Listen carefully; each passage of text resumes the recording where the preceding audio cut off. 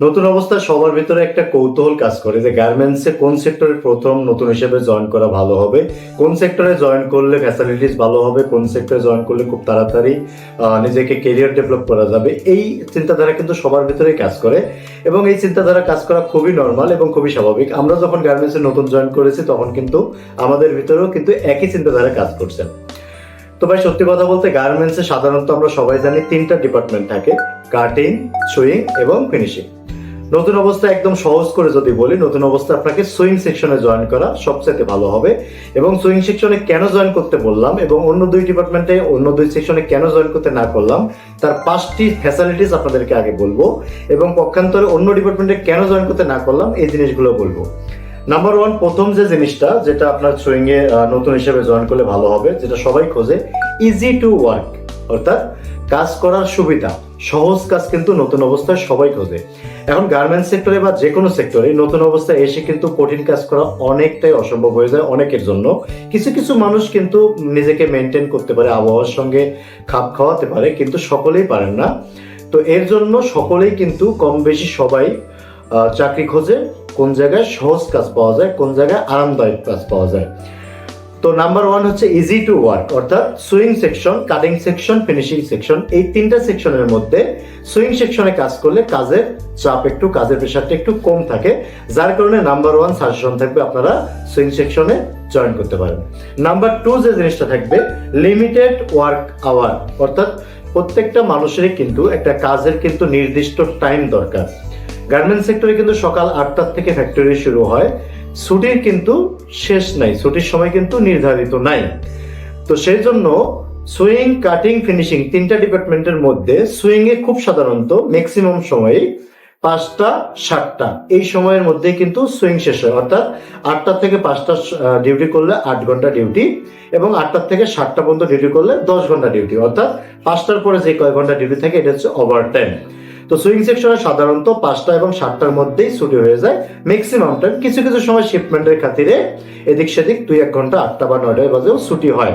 পক্ষান্তরে যদি আমি অন্য ডিপার্টমেন্টগুলো দেখি, কাটিং ডিপার্টমেন্ট, ফিনিশিং ডিপার্টমেন্ট, সেক্ষেত্রে ফিনিশিং ডিপার্টমেন্টের শিপমেন্টের চাপের কারণে অনেক সময় রাত 9টা, 10টা, 11টা, 12টা, 2টা, 3টা, ম্যাক্সিমাম টাইম মাসের মধ্যে 2-3টা কিন্তু নাইট নর্মালি করতে হয়। কমপ্লায়েন্স ফ্যাক্টর না হলে সেক্ষেত্রে কিন্তু মাসের মধ্যে শিপমেন্টের প্রেশারের কারণে 10-12টা পর্যন্ত নাইট করতে হয়। তো একবার চিন্তা করে দেখেন, একজন নতুন মানুষ যদি গ্রাম থেকে এসে নতুন অবস্থায় যদি গার্মেন্টস চাকরি জয়েন করার জন্য ঢোকে, সে কি নতুন অবস্থায় এসে রাত 10টা, সকাল 8টা থেকে রাত 10টা পর্যন্ত কাজ করতে পারবে?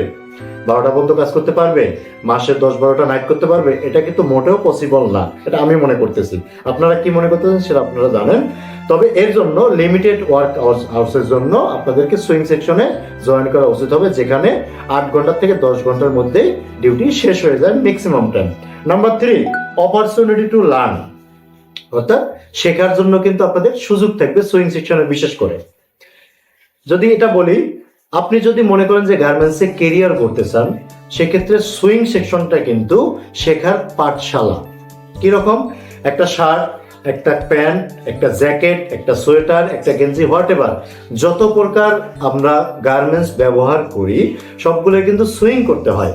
কাটিং তো করতে হয় অবশ্যই। কাটিংয়ে শুধু আপনি কাটিং শিখবেন, মার্কার শিখবেন, ইন্সপেকশন, কাটিং ফেব্রিক ইন্সপেকশন শিখবেন, এগুলো শিখবেন। কিন্তু সুইং সেকশনটা এমন একটা সেকশন, যদি আপনার শেখার আগ্রহ থাকে তাহলে কিন্তু আপনি কিন্তু অনেক সুযোগ পাবেন শেখার জন্য। অর্থাৎ একটা শার্ট কিভাবে লে আউট করতে হয়, অর্থাৎ একটা প্রসেসের পরে একটা প্রসেস কিভাবে করতে হয়, শার্টের কথা যদি আসি, কলার কিভাবে জয়েন করতে হয়, কলার ব্যান্ড কিভাবে জয়েন করতে হয়, পকেট কিভাবে জয়েন করতে হয়, হেম কখন করতে হবে, প্লাকেট কখন করতে হবে, এই জিনিসগুলো কিন্তু সুইংয়ে কিন্তু আপনি কিন্তু শিখতে পারবেন একটার পর একটা। সেক্ষেত্রে একইভাবে প্যান্টে কখন বেল্ট জয়েন করতে হবে, কখন লুপ লাগাতে হবে, কখন পকেট লাগাতে হবে, কখন হেম করতে হবে, কখন ইনসেম সেকশন করতে হবে, এই জিনিসগুলো কিন্তু আপনারা কিন্তু সুইং সেকশনে থাকলে শিখতে পারবেন। যদি আপনার আগ্রহ থাকে, সৎ ইচ্ছা থাকে যে আপনি এখান থেকে মানে ভালো কিছু আপনার কেরিয়ার ডেভেলপ করতে চান, তাহলে কিন্তু সুইং সেকশনটা আপনার জন্য বেস্ট হবে।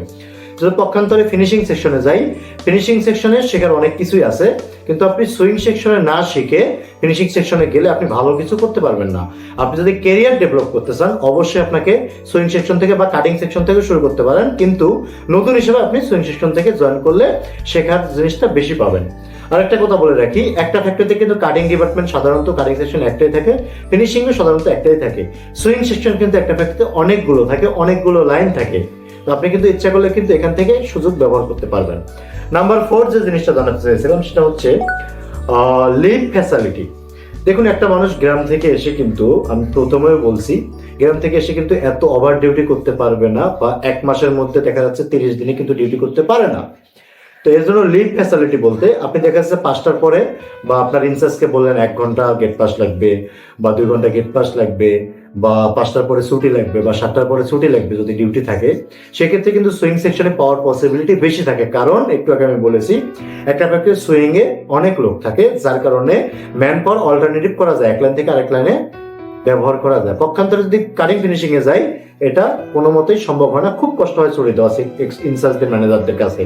কারণ কি, ফিনিশিং এ অনেক সময় অনেক শিপমেন্টের প্রেশার থাকে, বলতে প্রতিদিনই শিপমেন্টের প্রেশার থাকে, ওভার প্রেশার থাকে, টার্গেট বেশি থাকে, যার কারণে একটা লোক চলে গেলে সেখানে supervisor, helper, incharge, line chief, controller, এরা কিন্তু দাঁড়িয়ে কাজ করতে হয়, এরা কিন্তু বসে কাজ করতে হয়।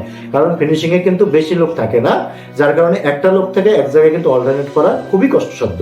এর কারণে লিভ ফ্যাসিলিটির দিক থেকেও কিন্তু সুইং এ আপনারা অনেকটাই বেশি পাবেন।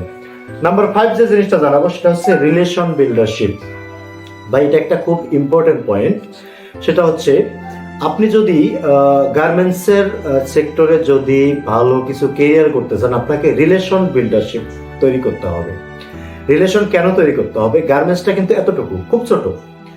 আমি গার্মেন্টসে যাদের সঙ্গে কোয়ালিটি ইন্সপেক্টরে, হেল্পারে যাদের সঙ্গে জব করেছি, তাদের সঙ্গে এখনো আমার দেখা হয়। তাদের সঙ্গে, তাদের মাধ্যমে, আল্লাহ বলা যায় না যে আল্লাহ কার ওসিলায় কারে কি করে রাখে। আপনি যদি রিলেশন ভালো করেন, দেখা যাবে যে আপনি যখন বড় পজিশনে যাবেন বা ছোট পজিশনে থাকবেন, একজন কিন্তু অন্যজনকে কিন্তু আপনাকে কিন্তু চাকরির ব্যবস্থা করে দেয়, এবং গার্মেন্টস সেক্টরে এটা খুবই প্রয়োজন।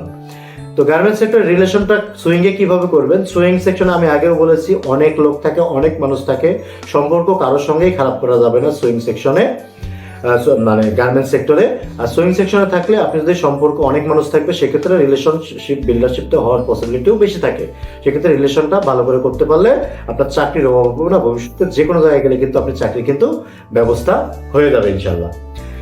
তবে আপনি যদি সম্পূর্ণ ভিডিওটি দেখে থাকেন, আশা করছি এই 5টা পয়েন্ট আপনাদের জন্য এনাফ নতুন হিসাবে সুইং এ জয়েন করার জন্য। আমি আবার রিমাইন্ড করে দিচ্ছি, নাম্বার 1 পয়েন্ট হচ্ছে ইজি টু ওয়ার্ক, অর্থাৎ কাজ করার সুযোগ সুবিধা, নতুন অবস্থায় সহজ কাজ পাবেন সুইং এ জয়েন করলে। নাম্বার 2, লিমিটেড ওয়ার্ক আওয়ার্স, অর্থাৎ কাজ করার একটা সময়সীমা থাকবে, 5টা বা 7টার মধ্যে আপনি ছুটি পেতে পারেন।